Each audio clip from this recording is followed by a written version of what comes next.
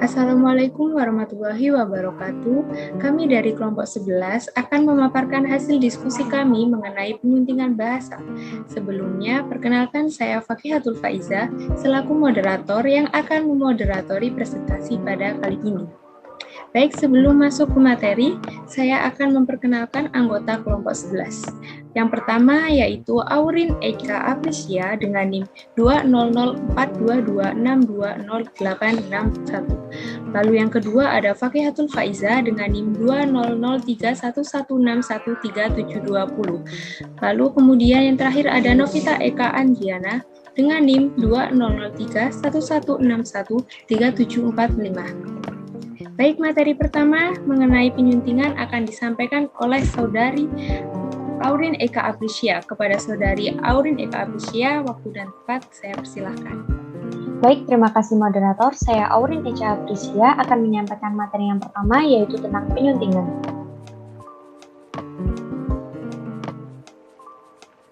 Menurut Kamus Besar Bahasa Indonesia, penyuntingan merupakan kegiatan untuk menyiapkan naskah untuk siap cetak atau siap terbit dengan memperhatikan segi sistematika penyajian, isi dan bahasa yang menyangkut ejaan, diksi, dan struktur kalimat, atau dengan kata lain mengedit.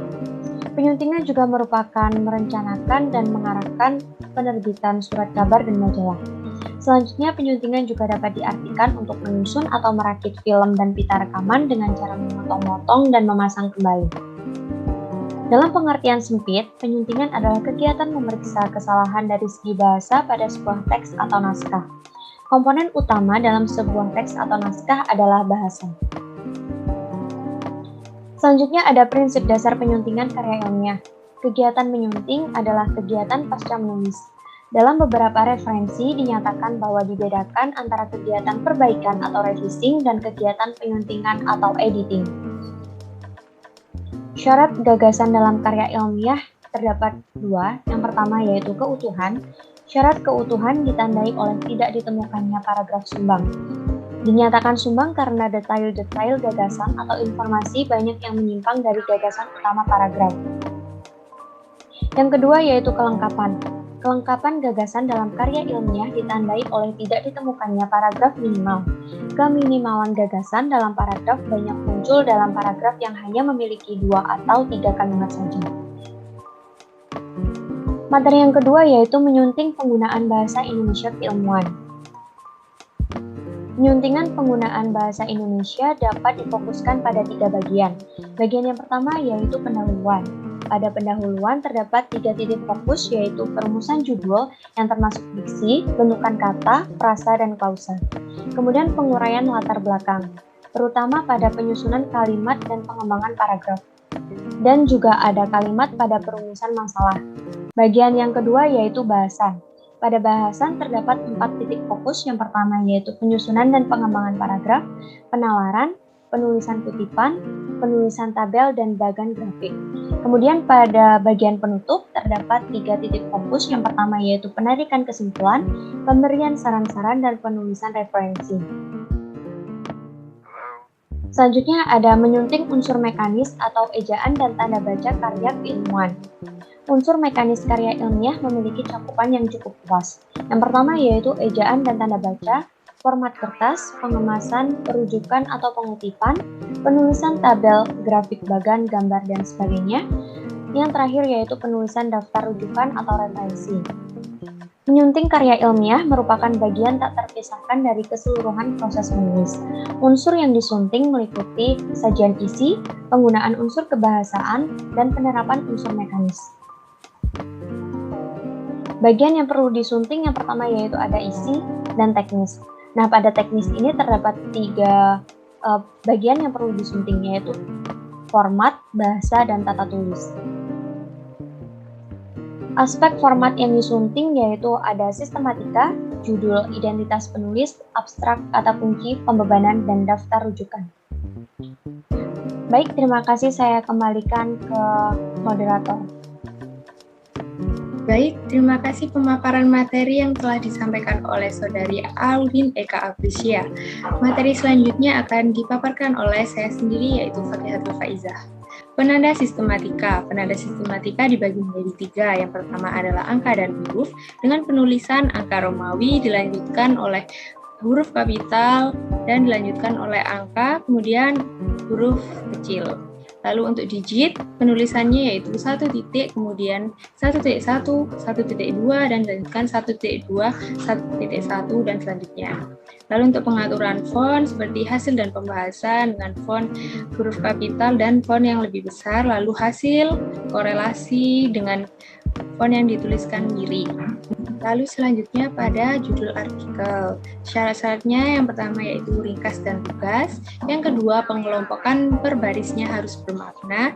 Yang ketiga, jumlah kata maksimal adalah 12 kata bila menggunakan bahasa Indonesia dan 10 kata bila menggunakan bahasa Inggris. Lalu selanjutnya identitas penulis. Yang pertama syaratnya adalah tanpa gelar.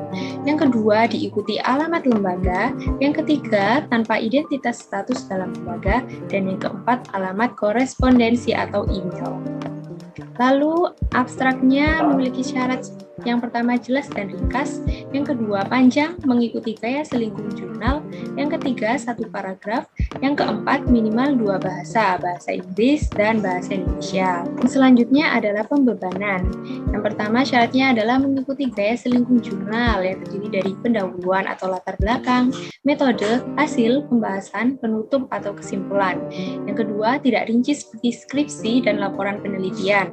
Yang ketiga adalah ditulis berupa uraian. Lalu selanjutnya adalah aspek bahasa yang disunting. Yang pertama adalah aspek bahasa pada pengetikan. Yang kedua pilihan kata. Yang ketiga pada bentukan kata. Yang keempat pada kalimat, lalu paragraf dan juga ejaan. Baik, untuk pengetikan yang pertama kita harus mencermati pengetikan setiap kata. Jangan sampai ada kelebihan huruf, kekurangan huruf, maupun salah atau tertukar huruf. Untuk toleransi kesalahan pengetikan hanya 1 kata per halamannya. Lalu selanjutnya adalah pilihan kata. Yang pertama syaratnya adalah kata baku atau kata formal. Yang kedua istilah teknis keilmuan. Dan yang ketiga kata yang lazim. Untuk yang terakhir kata secara konsisten. Berikutnya adalah bentukan kata. Bentukan kata ini harus utuh sehingga bukan hingga.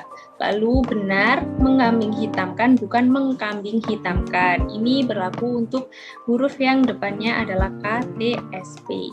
Lalu lazim atau tidak membuat kata bentukan sendiri seperti pendaftari atau orang yang mendaftarkan, lalu petes atau orang yang dites. Baik, materi selanjutnya akan disampaikan oleh Saudari Novita Eka Andriana. Kepada Saudari Novita Eka Andriana, waktu dan tempat saya persilahkan. Baik, terima kasih moderator. Untuk selanjutnya, saya Novita Eka Andriana akan menjelaskan mengenai aspek bahasa, yaitu kalimat yang perlu disunting. Untuk yang pertama adalah lengkap, yaitu meliputi kalimat yang memiliki subjek dan predikat. Untuk yang kedua adalah isinya jelas. Untuk yang ketiga, mewaspadai adanya kalimat panjang, di mana kalimat panjang ini akan memberikan suatu kalimat yang tidak efektif. Untuk yang keempat, cermati kalimat yang tidak efektif, yaitu yang tidak berbelit-belit. Untuk yang kelima, hindari pola dialogis. Untuk yang selanjutnya yaitu paragraf. Untuk paragraf sendiri berisi 1 gagasan. Untuk yang kedua, antar kalimat itu bersambung atau memiliki koherensi. Yang ketiga, runtut. Dan yang keempat, menghindari adanya paragraf dengan kutipan.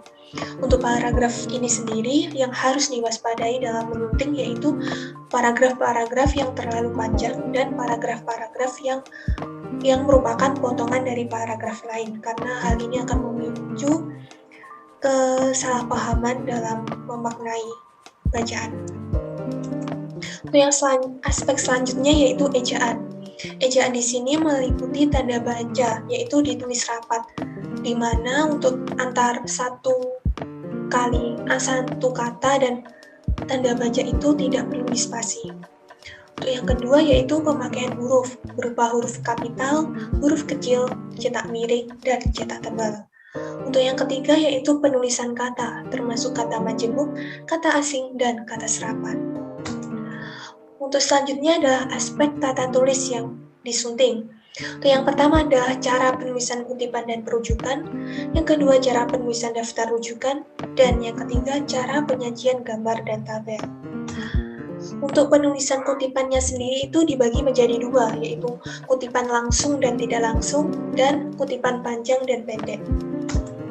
Untuk perujukan yaitu terdapat beberapa cara, yaitu footnote, yaitu catatan kaki yang berada di bagian bawah dari halaman karya ilmiah. Untuk yang kedua, body note, yaitu catatan tubuh sama seperti catatan kaki, namun catatan tubuh ini ditulis langsung di akhir kutipan, sehingga tidak perlu diletakkan di bagian margin bawah naskah.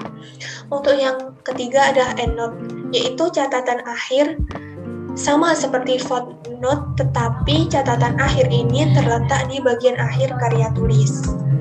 Untuk yang selanjutnya adalah daftar rujukan.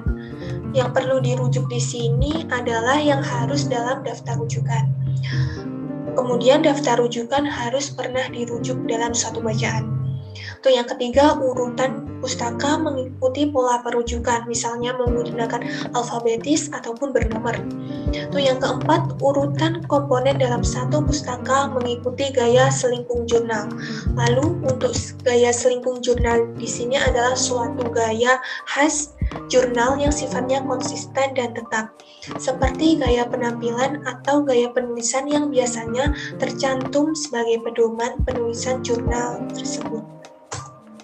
Yang selanjutnya adalah tabel dan gambar. Tabel dan gambar di sini meliputi yang informatif dan fungsional.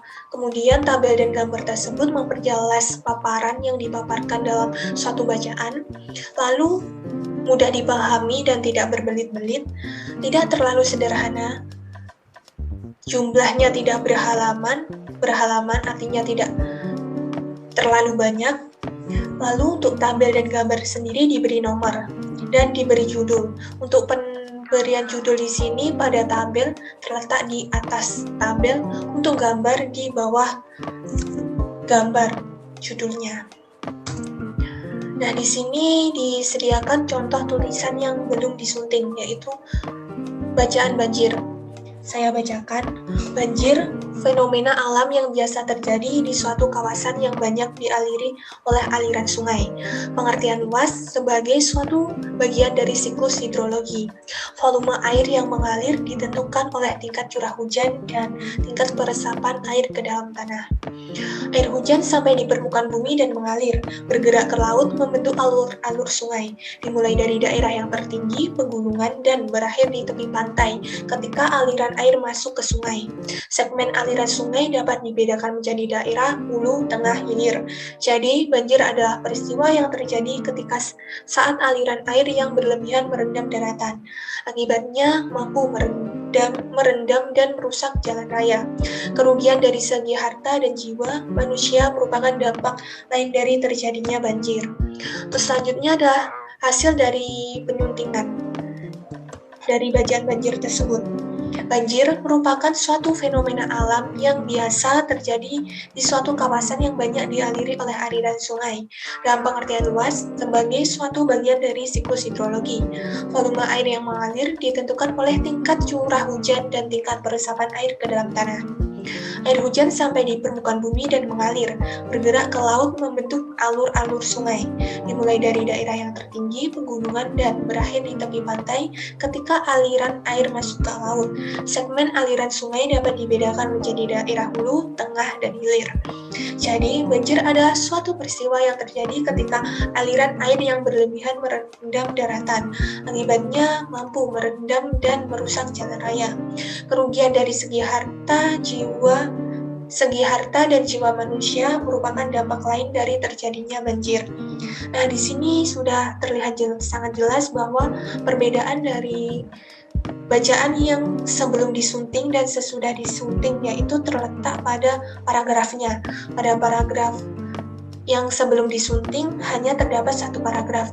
Untuk yang kedua yaitu terdapat 3 paragraf, di mana dibedakan menjadi pembuka, paragraf pembuka, paragraf isi, dan paragraf penutup, yaitu kesimpulan.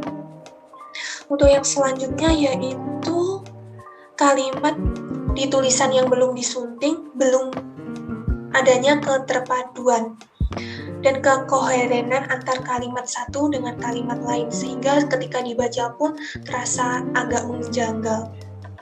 Dan ketika didengar pun bacaannya menjanggal. Untuk yang selanjutnya ada kalimat yang tidak efektif, misalnya saja pada kalimat ini. Segmen aliran sungai dapat dibedakan menjadi daerah hulu, tengah, hilir. Nah, di sini belum ada kata dan yang menghubungkan kalimat tersebut. Gitu. Nah, sekian pemaparan dari saya kembalikan ke moderator. Terima kasih. Sekian pemaparan materi dari kelompok 11, kurang dan lebihnya kami mohon maaf. Terima kasih kepada teman-teman. Apabila teman-teman memiliki pertanyaan, dapat dituliskan pada kolom komentar dengan diawali nama dan NIM. Terima kasih, sekian dari kami. Wassalamualaikum warahmatullahi wabarakatuh.